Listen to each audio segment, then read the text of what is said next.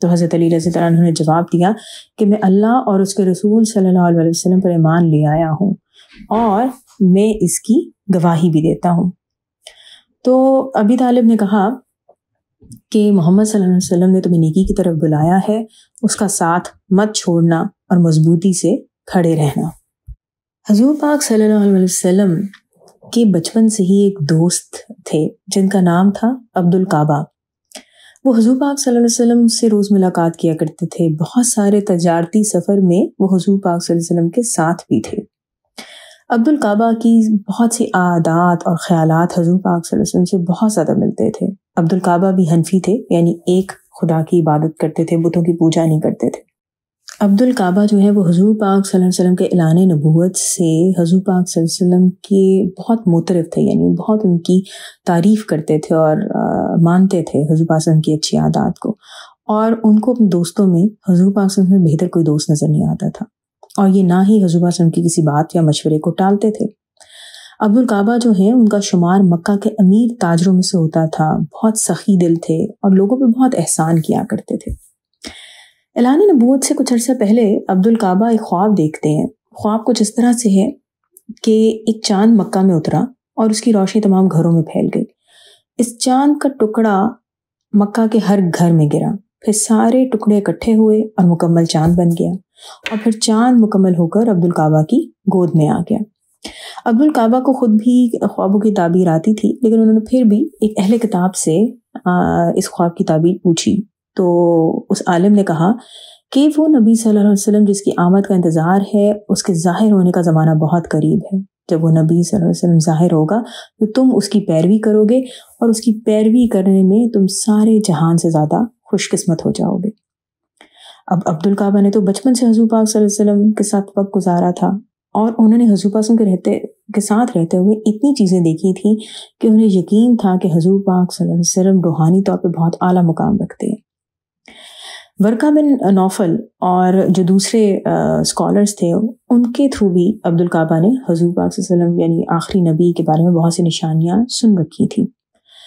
ایک دن کیا ہوتا ہے کہ عبد الکعبہ حکیم بن حزام کے پاس بیٹھے ہوتے ہیں کہ حکیم بن حزام کی کنیز آتی ہے اور کہنے لگتی ہے، آپ کی پھپھی حضرت خدیجہ رضی اللہ عنہا یہ خیال کر رہی ہیں کہ ان کے شوہر محمد صلی اللہ علیہ وسلم اللہ تعالیٰ کے نبی ہیں، ایسے ہی جیسے موسیٰ علیہ السلام اللہ کے نبی تھے۔ تو عبد الکعبہ نے جب یہ بات سنی تو وہ فوراً وہاں سے نکلتے ہیں اور سیدھا رسول اللہ صلی اللہ علیہ وسلم کے پاس جاتے ہیں اور آپ صلی اللہ علیہ وسلم سے اس بارے میں بات کرتے ہیں۔ تو رسول اللہ صلی اللہ علیہ وسلم انہیں حضرت جبرائیل علیہ السلام کے آنے، وحی کے آنے کے بارے میں اور اعلان نبوت کے بارے میں بتاتے ہیں۔ تو عبد الکعبہ سن کر کہتے ہیں کہ میرے ماں باپ آپ صلی اللہ علیہ وسلم پر قربان ہو جائیں، آپ صلی اللہ علیہ وسلم نے سچ کہا، آپ صلی اللہ علیہ وسلم سچے ہیں۔ میں گواہی دیتا ہوں کہ اللہ کے سوا کوئی عبادت کے لائق نہیں، اور آپ صلی اللہ علیہ وسلم اللہ کے رسول ہیں۔ اب آپ گیس کر سکتے ہیں کہ ان کا نام بعد میں کس نام سے مشہور ہوا۔ تو حضور پاک صلی اللہ علیہ وسلم نے عبد الکعبہ بن عثمان، ان کا پورا نام تھا، ان کا نام بدل کر عبداللہ بن عثمان رکھ دیا، اور ان کی کنیت ہے ابو بکر، اور پھر یہ بعد میں مشہور ہوئے جن کو ہم جانتے ہیں حضرت ابو بکر صدیق رضی اللہ عنہ کے نام سے۔ کہا جاتا ہے کہ یہ لقب حضور پاک صلی اللہ علیہ وسلم نے اپنے دوست حضرت ابو بکر صدیق رضی اللہ عنہ کو دیا تھا۔ تاریخ میں آپ رضی اللہ عنہ کا نام جو ہے ابو بکر بن ابو قحافہ کے نام سے بھی جانا جاتا ہے، لیکن زیادہ تر آپ ابو بکر صدیق رضی اللہ عنہ کے نام سے مشہور ہوئے۔ اور رسول اللہ صلی اللہ علیہ وسلم نے انہیں جہنم کی آگ سے آزادی کی خوشخبری دی۔ حضرت ابو بکر رضی اللہ عنہ عشرہ مبشرہ میں شامل ہیں۔ ایمان جب حضرت ابو بکر صدیق رضی اللہ عنہ لے کر آئے تو کہا جاتا ہے کہ ان کی عمر اس وقت 38 ایئرس تھی، یعنی وہ حضور پاک صلی اللہ علیہ وسلم سے تقریباً 2 سال چھوٹے تھے۔ حضرت ابو بکر صدیق رضی اللہ عنہ کے ایمان لانے کے بعد حضور پاک صلی اللہ علیہ وسلم نے فرمایا کہ میں نے جس کسی کو بھی اسلام قبول کرنے کی دعوت دی وہ غور و فکر کرنے لگتا تھا، سوائے حضرت ابو بکر صدیق رضی اللہ عنہ کے، کہ نہ وہ ایک لمحے کے لیے جھجکے اور نہ ہی انہوں نے کوئی آرگومنٹ کیا میرے ساتھ۔ اچھا، یہاں پہ ایک اور بھی امپورٹنٹ بات میں شیئر کرتی ہوں کہ عشرہ مبشرہ جو کہ 10 لوگ ہیں، ان میں سے 7 لوگ حضرت ابو بکر صدیق رضی اللہ عنہ کی دعوت پر ایمان لائے تھے۔ حضرت زید بن حارثہ جو حضور پاک صلی اللہ علیہ وسلم کے گھر میں ہی رہتے تھے، اعلان نبوت کے وقت ان کی عمر 30 سال تھی۔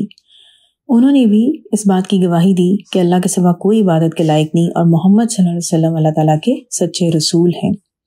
حضور پاک صلی اللہ علیہ وسلم کے گھر میں موجود اس وقت حضور پاک صلی اللہ علیہ وسلم کی بیٹیاں وہ بھی آپ صلی اللہ علیہ وسلم پر ایمان لائیں، اور ایمن جن کی عمر اس وقت 50 سال تھی وہ بھی آپ صلی اللہ علیہ وسلم پر ایمان لائیں۔ یعنی کہ حضور پاک صلی اللہ علیہ وسلم کے گھر میں جتنے بھی لوگ رہتے تھے وہ سب آپ صلی اللہ علیہ وسلم پر ایمان لائے۔ اسی طرح غلاموں میں سب سے پہلے جو ایمان لے کر آئے وہ بلال حبشی رضی اللہ عنہ تھے۔ اس وقت ان کی عمر تقریباً 33 سال تھی۔ کہا جاتا ہے کہ پھر سعد بن ابی وقاص جن کی عمر اس وقت 17 سال تھی وہ حضور پاک صلی اللہ علیہ وسلم پر ایمان لے کر آئے تھے۔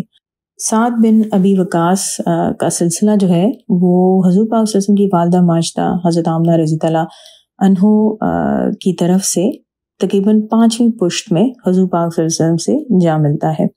سعد بن ابی وقاص رضی اللہ عنہ بھی عشرہ مبشرہ میں شامل ہیں، اور آپ حضرت ابوبکر صدیق رضی اللہ عنہ کی دعوت پر ایمان لے کر آئے تھے۔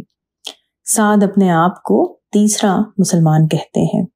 اب آپ ان کی خوش قسمتی دیکھیں کہ ہجرت مدینہ کے بعد جب قریش کے ساتھ لڑائی ہوئی تھی تو پہلا تیر جو چلایا تھا وہ سعد بن ابی وقاص نے چلایا تھا۔ جنگ احد میں حضور پاک صلی اللہ علیہ وسلم نے اپنے ترکش کے سارے تیر سعد کے سامنے بکھیر دیے تھے، اور سعد بن ابی وقاص وہ خوش نصیب ہیں جنہیں جنگ احد میں تیر اندازی کرتے دیکھ کر رسول اللہ صلی اللہ علیہ وسلم نے کہا تھا کہ میرے ماں باپ سعد پر قربان۔ رسول اللہ صلی اللہ علیہ وسلم سعد بن ابی وقاص رضی اللہ عنہ کے متعلق کہا کرتے تھے کہ سعد میرے ماموں ہیں، کوئی ہے میرے ماموں جیسا؟ انشاءاللہ باقی نیکسٹ ویڈیو میں۔ الصلاۃ والسلام علیکہ یا رسول اللہ صلی اللہ علیہ وآلہ وسلم۔ السلام علیکم ورحمۃ اللہ وبرکاتہ۔